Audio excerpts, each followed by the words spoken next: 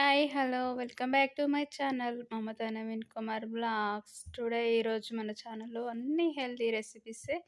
ఒకటి పెసరట్టు, ఒకటి టిఫిన్ బాక్స్‌లోకి శనగలు అండ్ బఠానీ బాక్స్, ఇంకోటి పాలకూర, మెంతి కూర కర్రీ. నెక్స్ట్ శనగలతోని, బఠానీలతోని మంచి స్నాక్స్ చేసిన. ఇంకోటి పెసరట్టు అంటే టిఫిన్స్, పొద్దున మార్నింగ్ టిఫిన్స్‌లోకి. మనం ఫస్ట్ పెసరట్టు చేసుకునే విధానం: పెసర్లు, కొద్దిగా బియ్యం, మినపప్పు మూడింటిని తీసుకొని నానబెట్టుకోవాలి. మంచిగా శుభ్రంగా కడుక్కొని నానబెట్టుకోవాలి. ఒక నైట్ అంటే నైట్ టైంలో కడుక్కొని నానబెట్టుకొని అంటే మార్నింగ్ రుబ్బుకోవాలి. కొద్దిగా అల్లం, పచ్చిమిర్చి వేసి మెత్తగా రుబ్బి పెట్టుకోవాలి. మనకు కావాల్సినంత వాటర్ వేసుకొని అందులోకి చట్నీ ప్రిపేర్ చేసుకుందాం. పల్లీలు మంచిగా దూరగా వేయించుకున్న పల్లీలు వేసుకోవాలి.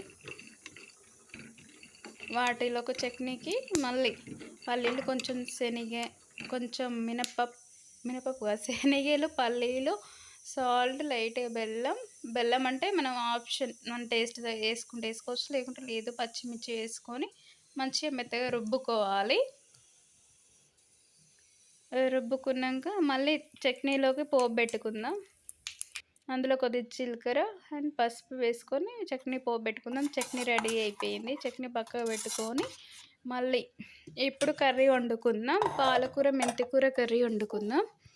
ఫస్ట్ శుభ్రంగా కట్ చేసుకోవాలి. మెంతికూరని, పాలకూరని నీట్గా చిన్న చిన్న పీసెస్, చిన్న చిన్న ముక్కలుగా కట్ చేసుకొని నీట్గా ఒక 2-3 సార్లు కడుక్కోవాలి. ఎందుకంటే ఆకుకూరలలో ఎక్కువ మట్టి ఉంటుంది. మట్టి అంతా ఒక 2-3 టైమ్స్ కడుక్కుంటూనే పోతుంది. కొంచెం ఆయిల్ వేసుకొని, గిన్నె పెట్టుకుని ఆయిల్ వేసుకొని, ఉల్లిపాయలు కట్ చేసేసుకొని, పసుపు వేసుకొని మంచిగా వేయించుకున్నాక మనం కడుక్కున్న ఆకుకూర గిన్నెలో వేసుకొని కొద్దిగా అల్లం వేసుకోవాలి. ఏదన్నా చేదు ఉన్న పోద్ది. మగ్గించుకోవాలి బాగా. ఒక 5-10 మినిట్స్కి ఒకసారి చూసుకుంటూ మగ్గించుకోవాలి కర్రీని. అలాగే మగ్గుతుంటుంది. దగ్గరికి అయ్యేదాకా ఉంచుకోవాలి. దగ్గరికి అయిన తర్వాత కొద్దిగా ఇంకొంచెం పచ్చిగా ఉంది, ఇంకొంచెం మగ్గిన తర్వాత, దగ్గరికి అయిన తర్వాత మనం ఉప్పు, కారం వేసుకోవాలి.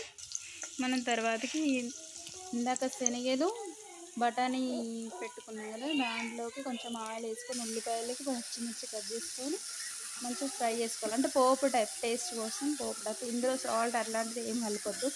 ఉడకబెట్టుకున్నప్పుడే మనం సాల్ట్ కలుపుకోవాలి. మనం ఉడికించుకున్నప్పుడే సాల్ట్ కలుపుకోవాలి. ఇప్పుడు పోపు వేసుకుంటాం కొంచెం లైట్గా. రెడీ అయిపోయింది. ఎంత టేస్టీ చేయండి.